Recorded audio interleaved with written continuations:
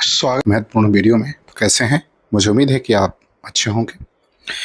यदि आप UP TET, TET, TGT, PGT इन परीक्षाओं की तैयारी करते हैं जिसमें हिंदी व्याकरण से संबंधित सवाल पूछे जाते हैं, तो ये वीडियो आपके लिए बहुत महत्वपूर्ण है। तो चलिए शुरू करते हैं आज की एक महत्वपूर्ण क्लास। पहला सवाल देखते हैं। पहला सवाल क्या कह रहा है? पहला सवाल कह रहा है कि अ, प्रश्न संधि के संदर्भ में निम्नलिखित कथनों पर विचार कीजिए। कथन पहला करें कि पवित्र शब्द में अयादि संधि का अपवाद स्वरूप प्रयोग हुआ है क्योंकि इसमें ओ के बाद ई आने पर अवि आदेश हो रहा है। कथन सेकंड में कह रहा है कि अन्वय शब्द में अनु और अय के योग से उ का व में परिवर्तन यण संधि के नियमानुसार हुआ है। अब आपको नीचे दिए कथन में से बताना है। कथन एक सही किंतु कथन दूसरा गलत है। बी करे कथन एक गलत है किंतु कथन दो सही है। दोनों कथन सही है और डी कह रहे कि दोनों कथन गलत हैं। तो आपको बताना कि कौन सा विकल्प जो है इसमें सही हो जाएगा। तो देखिए विकल्प बी जो है इसमें क्या होगा, वो सही होगा। पवित्र शब्द पो और इत्र आदि शब्द से बना है। यह नियमित प्रक्रिया है, कोई अपवाद नहीं है। अतन कथन जो है पहला क्या हो जाएगा, वो गलत हो जाएगा। अन्वय यण संधि का सटीक उदाहरण है, इसलिए विकल्प दूसरा जो है वो सही हो जाएगा। दूसरे सवाल पर आते हैं। करेक्ट निम्नलिखित में से कौन सा शब्द तत्सम है? तो आपको जो तत्सम शब्द है वो बताना है। ए आग, बी अग्नि, सी सूरज और डी कान। तो कौन सा शब्द जो है इसमें तत्सम है वो आपको बताना है। तो विकल्प बी जो है वो तत्सम है। अग्नि, अग्नि संस्कृत का शब्द है जो का तो हिंदी में प्रयुक्त होता है, अतः इसे हम क्या कहते हैं, तत्सम कहते हैं। तीसरे सवाल में कह रहे हैं कि निम्नलिखित युग्मों में से कौन सा सुमेलित नहीं है? ए यथाशक्ति अव्ययी भाव समास, चक्रपाणी बहुब्रीहि समास, चरण कमल द्विगु समास और ऋणमुक्त तत्पुरुष समास। तो कौन सा जो है सुमेलित नहीं है ये आपको बताना है। तो विकल्प सी जो है वो सुमेलित नहीं है। चरण का मेल में उपमेय और उपमान का संबंध होने के कारण कर्मधारय समास है, ना कि इसमें दुख समास है। दुख समास का पहला पद संख्यावाची होता है, तो विकल्प सी जो है इसमें सुमेलित नहीं है। चौथे सवाल पर आते हैं। कह रहे कि आंख का अंधा नाम नयनसुख लोकोक्ति का सही अर्थ क्या है? ए अंधे को सुख मिलना, बी नाम के विपरीत गुण होना, सी केवल अच्छा नाम अच्छा होना और डी गुणों के अनुसार नाम होना। तो लोकोक्ति का सही अर्थ क्या है? तो सही हो नाम के विपरीत गुण होना। विकल्प बी उत्तर इसका क्या होगा, वो सही होगा। पांचवें सवाल पर आते हैं कि वाक्य शुद्ध कीजिए। उसने अनेकों ग्रंथ लिखे, इसको शुद्ध करना है। ए करे उसने अनेक ग्रंथ लिखे, बी उसने अनेकों ग्रंथ लिखा, सी उसके द्वारा अनेकों ग्रंथ लिखे गए और डी उसने अनेक ग्रंथ लिखे। तो आपको बताना है कि कौन सा सही होगा। तो इसका विकल्प जो है ए सही हो जाएगा। उसने अनेक ग्रंथ जो है वो लिखे। अनेक स्वयं बहुवचन है, अतः अनेकों का प्रयोग जो है इसमें अशुद्ध है। छठवें सवाल पर आते हैं। कह रहे कि निर्मल का विलोम शब्द क्या है? ए मलिन, बी विष, सी पवित्र और डी शुष्क। तो निर्मल का विलोम क्या होगा? तो निर्मल का विलोम अगर देखा जाए तो मलिन हो जाएगा। विकल्प ए सही होगा। निर्मल मतलब साफ होता है और मलिन माने गंदा होता है, तो विकल्प ए सही होगा। सातवें सवाल पर आते हैं कि अम्बुज का सही अर्थ क्या है? ए बादल, बी कमल, सी समुद्र और डी बिजली। तो अम्बुज का सही पर्यायवाची शब्द बताना है आपको। अर्थ क्या है, पर्यायवाची शब्द बताना है इसका। तो इसका सही पर्यायवाची शब्द विकल्प बी हो जाएगा। कमल होता है, पानी में जन्म लेने वाला, अर्थात कमल होगा। 8 नंबर सवाल पर आते हैं कि वाच्य के संबंध में कौन सा कथन असत्य है? ए कह रहा है कि कर्मवाच्य में क्रिया सदैव सकर्मक होती है। बी कह रहा है कि भाववाच्य में क्रिया सदैव अन्य पुरुष पुल्लिंग और एक वचन होती है। सी कह रहा है कि कर्मवाच्य में क्रिया सदैव कर्ता के लिंग वचन के अनुसार होती है। कर्तृवाच्य में क्रिया सदैव कर्ता के लिंग और वचन के अनुसार होती है। और डी कह रहे कर्मवाच्य केवल अकर्मक क्रियाओं में ही संभव है। तो कौन सा कथन असत्य है? तो विकल्प डी जो है इसमें असत्य हो जाएगा। कर्मवाच्य केवल अकर्मक क्रियाओं में ही संभव है, तो ऐसा नहीं है। कर्मवाच्य केवल सकर्मक क्रिया में संभव है, अकर्मक क्रिया में जो है वो कर्मवाच्य नहीं होता है। 9 नंबर सवाल पर आते हैं। करें कि भाषा विज्ञान के आधारभूत तथ्यों के अनुसार अपभ्रंश में विकसित आधुनिक भारतीय आर्य भाषाओं का सही क्रम क्या है? ए सौरसेनी, पश्चिमी हिंदी, राजस्थानी, गुजराती, बी मागधी, बिहारी, बंगाली, उड़िया, असमिया, सी अर्धमागधी, पूर्वी हिंदी और डी उपयुक्त सभी। तो सही क्रम क्या है ये आपको बताना है। तो सही क्रम विकल्प डी हो जाएगा। सभी जो है वो सही क्रम में है, तो विकल्प डी इसका उत्तर सही है। 10 नंबर सवाल पर आते हैं, कह रहे हैं कि वाक्य शुद्ध करना है आपको इसमें। प्रातः काल के समय टहलना स्वास्थ्य के लिए अच्छा है, इसको शुद्ध करना है। ए कह रहे प्रातः टहलना स्वास्थ्य के लिए अच्छा है। बी कह रहे कि प्रातः काल टहलना स्वास्थ्य के लिए अच्छा है। सी कह रहे सुबह के समय टहलना अच्छा है। और डी कह रहे कि प्रातः काल के समय टहलना लाभदायक है। तो इसका शुद्ध रूप क्या होगा? तो इसका शुद्ध रूप विकल्प बी हो जाएगा, प्रातः काल टहलना स्वास्थ्य के लिए अच्छा है। 11 नंबर सवाल पर आते हैं, कह रहे कि आ बैल मुझे मार मुहावरे का सही अर्थ क्या है? ए बैल को मारना, बी मुसीबत मोल लेना, सी बैल से लड़ना और डी बहादुरी दिखाना।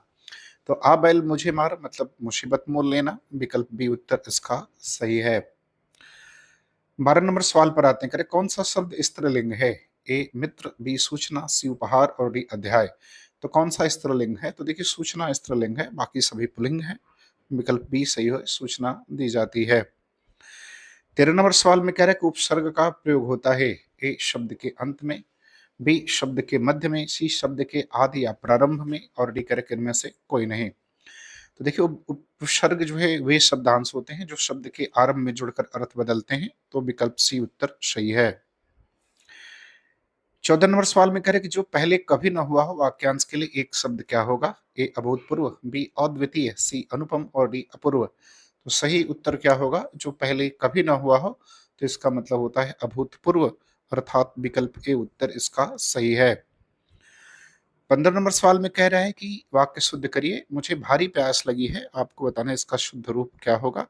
ए कह रहे मुझे बहुत प्यास लगी है, सी मुझे प्यास लगी है भारी, डी सी कह रहे मुझे बड़ी प्यास लगी है और डी कह रहे मैं बहुत प्यासा हूँ। तो शुद्ध कौन सा होगा? तो शुद्ध हो जाएगा मुझे बहुत प्यास लगी है, अर्थात विकल्प ए उत्तर इसका सही होगा। सवाल नंबर 16 पर आते हैं कि दशानन में कौन सा समास है? ए कर्मधारय, बी बहुब्रीहि, सी द्विगु और डी द्वंद्व। तो आपको दशानन में समास बताना है। तो दशानन में बहुब्रीहि समास हो जाएगा, विकल्प बी सही होगा। दस है आनन अर्थात मुख्य जिसके, मतलब रावण का हो जाएगा, तो विकल्प बी सही होगा।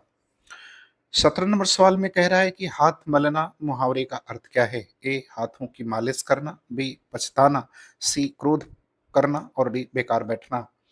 तो हाथ मलना इस मुहावरे का सही अर्थ क्या है? तो हाथ मलना मुहावरे का सही अर्थ जो है वो पछताना हो जाएगा या पछतावा करना, तो विकल्प बी सही होगा। 18 नंबर पर आते हैं, कह रहे कारक की दृष्टि से किस वाक्य में अपादान कारक का प्रयोग नहीं हुआ है? तो जिसमें नहीं हुआ है उसको बताना है। ए हिमालय से गंगा निकलती है, बी चूहा बिल से बाहर निकला, सी वह बालक भय से कांपने लगा और डी उसने चाकू से फल काटा। तो किसमें अपादान का प्रयोग नहीं हुआ है? तो देखिए विकल्प डी में अपादान का प्रयोग नहीं हुआ है। ये करण कारक का उदाहरण है, बाकी तीनों में अपादान कारक का प्रयोग जो है वो हुआ है। 19 नंबर सवाल में आते हैं, कह रहा है कि वाक्य शुद्ध करिए, वे वापस लौट आए। इसका शुद्ध रूप क्या है? वे लौट आए, वे वापस आए, वे पुनः लौट आए, वे वापस लौट आए। तो शुद्ध क्या होगा? तो देखिए वापस और लौटना दोनों एक ही तरह का शब्द है, तो वे लौट आए, विकल्प ए उत्तर इसका सही हो जाएगा। 20 नंबर सवाल पर आते हैं, कह रहे राम ने खाना खाया वाक्य किस वाच्य में है? आपको बताना है। ए कर्मवाच्य, बी कर्तरीवाच्य, सी भाववाच्य और डी कह रहा है कि इनमें से कोई नहीं। तो राम ने खाना खाया यह किस वाच्य का उदाहरण है? तो ये कर्तृवाच्य का उदाहरण है, अर्थात विकल्प बी उत्तर जो है इसका क्या होगा? सही हो जाएगा। 21 नंबर सवाल में कह रहा है कि वाक्य विचार की दृष्टि से मिश्र वाक्य की पहचान कीजिए। ए करे उसने बहुत परिश्रम किया किंतु सफलता नहीं मिली, बी करे कि जो व्यक्ति परिश्रमी होता है वह अवश्य सफल होता है, सी सूर्योदय हुआ और पक्षी चहचहाने लगे और डी मोहन खिलकर घर लौटा। तो आपको बताना कि कौन सा जो है मिश्र वाक्य का उदाहरण है? तो विकल्प बी मिश्र वाक्य का उदाहरण है। बाकी जो है देखें विकल्प ए और सी, तो ये दोनों जो है वो संयुक्त वाक्य के उदाहरण है और डी जो है सरल वाक्य का उदाहरण है। सवाल नंबर 22 पर आते हैं, करें अंधी की लकड़ी मुहावरे का अर्थ क्या होगा? एक कमजोर सहारा, बी एकमात्र सहारा, सी लकड़ी लेकर चलना और डी मुसीबत में पड़ना। तो अंधे की लकड़ी एकमात्र सहारा, विकल्प बी उत्तर इसका सही है। सवाल नंबर 23 पर आते हैं, करें कि अलंकार और उसके लक्षणों का सही युग्म कौन सा है? ए रूपक, जहां उपमेय में उपमान का निषेध रहित आरोप होता है, बी उत्प्रेक्षा, जहां उपमेय में उपमान की संभावना, सी भ्रांतिमान, जहां सादृश्य के कारण एक वस्तु को दूसरी वस्तु मान लिया जाए और डी कह रहा है कि उपरोक्त सभी। तो कौन सा सही है? तो देखिए सभी सही है, विकल्प डी सही हो जाएगा। सारे जो है अलंकार और उसकी जो परिभाषा है सही है।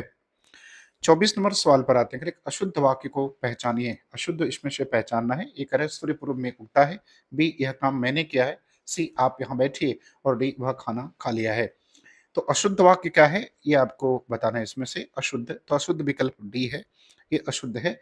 उसने खाना खा लिया है, वह खाना खा लिया नहीं होगा। सवाल नंबर 25 पर आते हैं। करें कि तद्भव तत्सम में कौन सा युग्म तत्सम से तद्भव के रूपांतर में अशुद्ध है। तो कौन सा अशुद्ध है वो बताना है। अट्टालिका, अटारी, आदित्यवार, रविवार, बी कदली, केला और कर्पूर कपूर।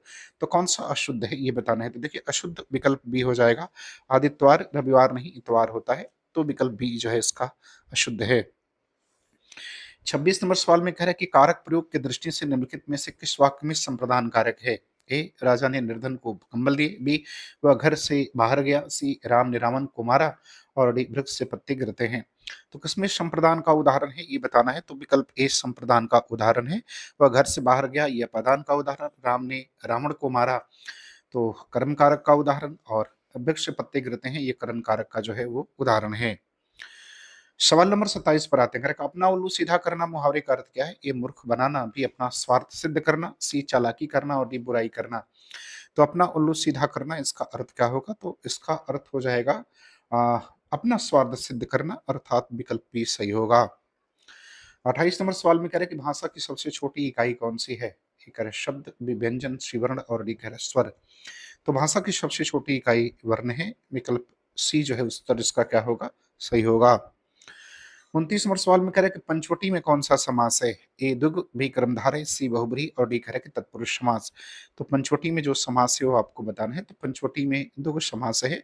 विकल्प ए उत्तर सही है। 30 नंबर सवाल में कह रहे हैं कि उपकार का विलोम क्या होगा ये बताना है। ए परोपकार, बी अपकार, सी अनुपकार और डी विकार। तो उपकार का विलोम क्या हो जाएगा। तो इसका विलोम अपकार हो जाएगा, बुराई या हानि। विकल्प बी सही होगा। मुझे उम्मीद है कि ये वीडियो आपको पसंद आएगी। पूरा वीडियो देखने के लिए आपका बहुत बहुत धन्यवाद।